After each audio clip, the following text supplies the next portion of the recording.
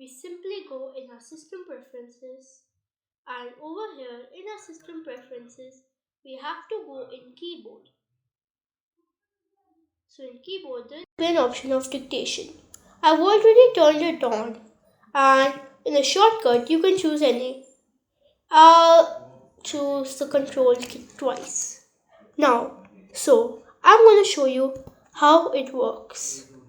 So now, first, I will show you in text edit. So now, text edit has opened. I'll make a new document, and now I'll click on the control key twice. Now, whatever I will say will be written on the text edit file. It can be written in any text box, even in Gmail or Google Docs or Word, Excel or PowerPoint. It is really good. It can also help you while writing essays on your computer while just speaking. So that is what we call dictation. And the AI which detects our voice in the dictation is the same as the Siri dictation AI code. So, this is simply like a Siri version, but it doesn't answer you, but it types for you. And you can also tell Siri to turn on dictation or turn off dictation.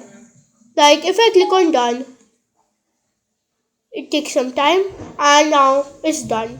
Now it is off. If I want to not even use this thing, then I can tell Siri to turn off dictation. Turn off dictation. Okay, I've turned off dictation. Now dictation is off. Now I'll tell Siri to turn on dictation again.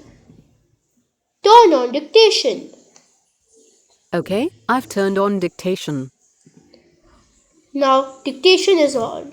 Now if I click on off, you can see the information dictation uses to respond to your request is also used for Siri and will remain on Apple servers unless Ask Siri is also turned off. So now you can turn on dictation anytime. So that's basically what dictation is. So guys, thanks for watching my video. Please subscribe to my channel if you want more tips on technology and more.